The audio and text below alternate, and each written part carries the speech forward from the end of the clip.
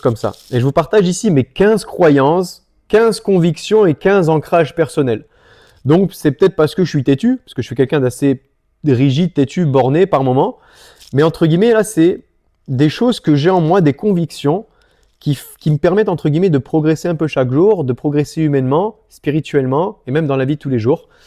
Et j'ai pas forcément raison, loin de là. C'est des trucs que je veux vous donner vraiment qui sont à prendre avec des nuances ou avec légèreté. Voilà, c'est plutôt le mot, ok?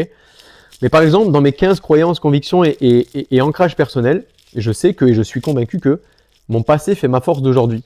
Ça c'est sûr parce que je vous l'ai abordé juste avant.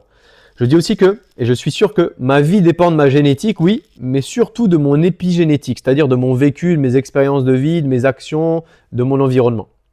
En 3, je crois intimement et fermement à la vie spirituelle, introspective, aux énergies, aux vibes, aux lois du monde, au karma et à tout ce qui est flow et invisible. Peut-être que je suis perché, peut-être que je suis fou, tout ça, mais en tout cas, je crois à ça. Je crois vraiment à l'au-delà, à l'invisible. Justement avec ça, dans la 4e chose, je dis, je crois à la vie extraterrestre, à la vie invisible, à la vie paranormale. Nous sommes tous des grains de sable dans cette galaxie, dans ce cosmos, dans ce Big Bang, peu importe. Mais je crois vraiment qu'on n'est pas seul sur Terre. Je crois vraiment qu'il y a plein de théories du complot. Je crois en fait à tout. Donc peut-être que je suis trop ouvert d'esprit, entre guillemets, et bisounours, mais c'est pas ce que je veux laisser penser. Je crois justement qu'on est les humains, on est de passage. Si vous prenez un livre de 1000 pages sur l'histoire humaine, ben nous, sur l'histoire du monde, pardon, l'histoire de l'homme, de l'humain, même depuis l'Homo sapiens, l'Homo erectus, etc., l'homme de Néandertal, on ne représente que 10-15 pages. Tu vois ce que je veux dire? Alors que l'histoire humaine et l'histoire de ce monde, c'est 1000 pages. Donc en fait, on est vraiment que de passage, on n'a vraiment que quelques milliers d'années. Et je suis intimement convaincu, ben oui, la vie paranormale existe, la vie extraterrestre, la vie... bref. Et c'est pas pour ça que je suis fou ou perché, c'est juste que je me dis, on n'est juste pas tout seul et qu'il y a plein de choses dans le monde et qu'il faut être ouvert à tout et prêt à tout. Quand je dis aussi que je suis fasciné par la notion du temps et fasciné par la géographie, c'est vrai. La notion du temps, la notion de temps en soi, que je n'arrive pas à définir, je n'arrive pas forcément à comprendre, etc.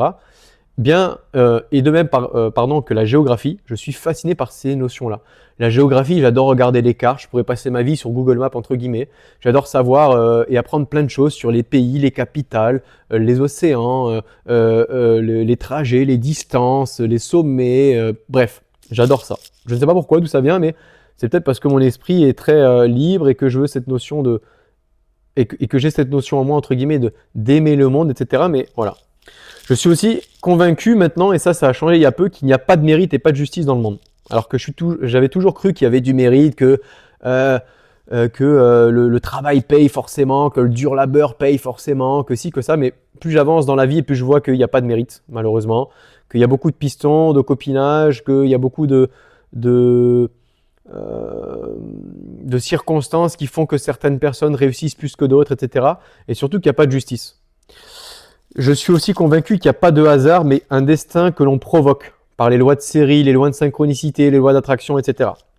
Je suis également convaincu que la chance n'existe pas, mais qu'elle se provoque par les actions, l'audace, la prise de risque, les opportunités, qu'elle se développe par les compétences. Je suis intimement convaincu que le bonheur est lié à l'intérieur pour ensuite faire briller notre extérieur. Je suis également convaincu que nous avons tous une mission sur Terre, un why à trouver, et qu'on n'est pas là par hasard. Je suis également sûr, c'est un peu négatif, mais que le monde est beaucoup plus corrompu que sain. Et ça, je m'en rends compte d'année en année.